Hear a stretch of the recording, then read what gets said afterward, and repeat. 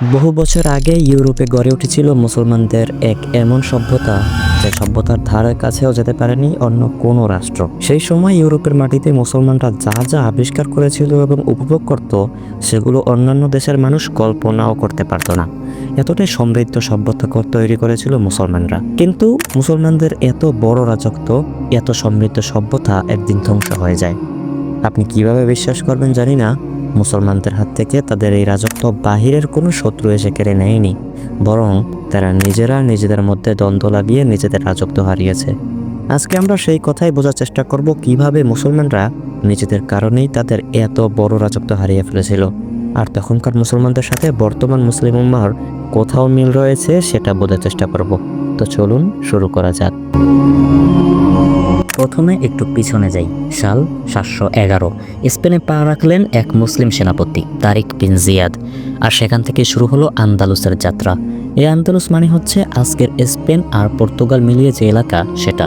আন্দালুস শহর ছিল সেই সময়ের সবচেয়ে উন্নত শহর, ইউরোপের সবচেয়ে উন্নত সভ্যতা। যেমন কর্ডোবা শহরে তখন রাস্তায় রাতে লাইট জ্বলতো, ভাবা যায়। যেখানে লন্ডন আর প্যারিসে মানুষ অন্ধকারে হাঁটতো, লাইব্রেরিতে ছিল লক্ষাধিক বই। যেখানে ইউরোপের সবচেয়ে বড় বড় লাইব্রেরিতেগুলো মাত্র কয়েকশো বই থাকতো। মুসলিম, খ্রিস্টান, ইহুদি সবাই একসাথে বসবাস করত।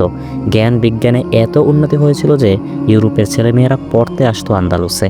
তারা আরবি শিখতো, কারণ তখন জ্ঞানের ভাষা ছিল একমাত্র আরবি।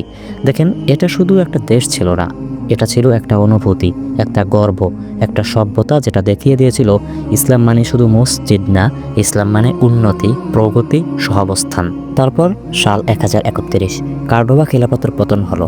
এখন বুঝতে হবে, এই খেলাফত মানে হচ্ছে একটা কেন্দ্রীয় সরকার, একজন খলিফা যিনি পুরো আন্দালুসকে একসাথে রেখেছিলেন, একটা ছাতার মতো, যার নিচে সবাই আশ্রয় পেয়েছিল।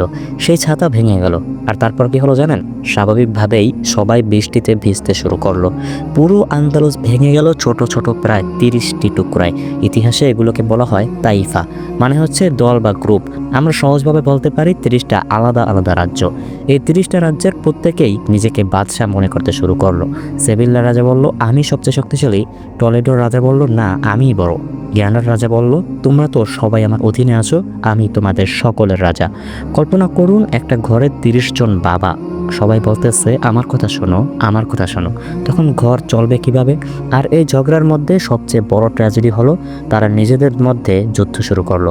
মুসলিম রাজার বিরুদ্ধে তরবারি তুললো, একজন আরেকজনের শহর দখল করতে চাইলো। আরবরা বর্বরদের বিরুদ্ধে, বর্বররা স্থানীয় মুসলমানদের বিরুদ্ধে। এভাবে জাতিগত দাঙ্গাও শুরু হলো। এখন আপনারা ভাবছেন, এত বড় ভুল কি কেউ করতে পারে? কিন্তু সেটাই করেছে আন্দালুসের মুসলিমরা। এদিকে উত্তর স্পেনে যে খ্রিস্টান রাজ্যগুলো ছিল, তারা এই পুরো নাটক দেখছিল আর মনে মনে হাসতেছিল।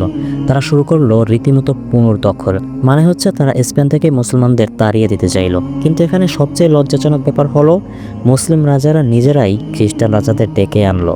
হ্যাঁ, আপনারা ঠিকই শুনেছেন। একটা ঘটনা বলি। সেভিল্লার এক মুসলিম রাজা ছিলেন আল মুতামিদ, খুব শক্তিশালী, কিন্তু তার শত্রু ছিল আরেক মুসলিম রাজা টলেডোর। এখন আল মুতামিদ কি করলেন জানেন? তিনি খ্রিস্টান রাজা আলফোন্সোর কাছে গেলেন, বললেন, আমাকে সাহায্য করো, আমার মুসলিম শত্রুকে হারাতে সাহায্য করো। আমি তোমাকে সোনা দেব, রূপা দেব, জমি দেব। এবং আলফোন্সো, সে তো মহা খুশি। সে মুসলিমদের টাকা নিয়ে মুসলিমদের বিরুদ্ধে যুদ্ধ করলো, যেটা সে আগেই চেয়েছিল। এমনকি একটা নতুন সিস্টেম চালু করা হলো, চাঁদাবাজির সিস্টেম। মুসলিম রাজারা খ্রিস্টান রাজাদের নিয়মিত টাকা দিত এই শর্তে, আমাকে আক্রমণ করো না, বরং আমার মুসলিম প্রতিদ্বন্দ্বীকে আক্রমণ করো। চিন্তা করেন, নিজের ভাইকে মারার জন্য দুশ্মনকে টাকা দিচ্ছে। আর খ্রিস্টান রাজারা, তারা তো পুরো মজা নেওয়া শুরু করে। আজকে এই মুসলিম রাজার পক্ষে, কালকে ওই মুসলিম রাজার পক্ষে। আর প্রতিবার তারা শক্তিশালী হলো, জমি দখল করলো, সোনা জমা করলো। সাল 1085 টলেডো শহরটা খ্রিস্টানরা দখল করে নিল। এটা ছিল প্রথম বড় ধাক্কা, আন্দালুসের অন্যতম গুরুত্বপূর্ণ শহর। আর এরপর একের পর এক শহর পড়তে শুরু করলো। যেমন ডোমিনো, একটা পড়লো তো পাশেরটাও পড়লো। জানেন, এই পুরো ঘটনায় সবচেয়ে কষ্টের ব্যাপার কি? আন্দালুস হারায়নি শক্তির অভাবে, হারায়নি সৈন্যের অভাবে, হারায়নি সম্পদের অভাবে। আন্দালুস হেরেছে ঐক্যের অভাবে, বিশ্বাসঘাতকতার কারণে, ছোট্ট ছোট্ট অহংকারের কারণে। এখন মাঝখানে উত্তর আফ্রিকা থেকে সাহায্য এসেছিল, শক্তিশালী মুসলিম সেনাবাহিনী। তারা এসে কিছুদিন আন্দালুসকে বাঁচিয়ে রাখলো, খ্রিস্টান রাজাদের কয়েকবার হারালো, একটু স্থিতিশীল অবস্থায় এলো। কিন্তু জানেন সমস্যা কি? ক্যান্সার সরেনি, শুধু ব্যথার ওষুধ দেওয়া হয়েছে। কারণ আসল রোগ ছিল ভেতরে, বিভক্তি, অহংকার, হিংসা, আর সেটা কেউ সরাতে পারেনি। কয়েক বছর পরে আবার সেই একই ঝগড়া, একই ভাঙাভাঙি। আর তাই সাল 1492 2 জানুয়ারি গ্রানাডা পড়ে গেল, আন্দালুসের শেষ মুসলিম শহর, সেই বিখ্যাত আলহাম্বারা প্রাসাদের শহর। বলা হয় সেদিন শেষ মুসলিম রাজা বোয়াবদিল যখন তার শহর খ্রিস্টান রাজা রানীর হাতে তুলে দিয়ে চলে যাচ্ছিলেন, পথে একটা পাহাড়ের মাথায় থামলেন, পিছনে ফিরে তাকালেন। দূরে দেখা যাচ্ছে আলহাম্বারা প্রাসাদ, যেখানে তার দাদা পরদাদারা শাসন করেছেন, যে প্রাসাদে এখন আর তার না। আর তিনি কাঁদতে শুরু করলেন। তার মা পাশে ছিলেন। তিনি বললেন, এক কঠিন কথা, কাঁদো না একজন মহিলার মতো যেটা তুমি রক্ষা করতে পারোনি একজন পুরুষের মতো। কথাটা খুবই কঠিন, খুব কঠিন কথা, কিন্তু সত্যি কথা। 800 বছরের ইসলামী আন্দালুস সেদিন শেষ হয়ে গেল। এরপর শুরু হলো যেটাকে বলে স্প্যানিশ ইনকুইজিশন, নির্যাতন। মুসলমানদের বলা হয়, হয় খ্রিস্টান হয়ে যাও, না হয় দেশ ছাড়ো, না হয় মরে যাও। লাখ লাখ মুসলিম আর ইহুদিকে হত্যা করা হলো, বই পড়ানো হলো, মসজিদ ভাঙ্গা হলো।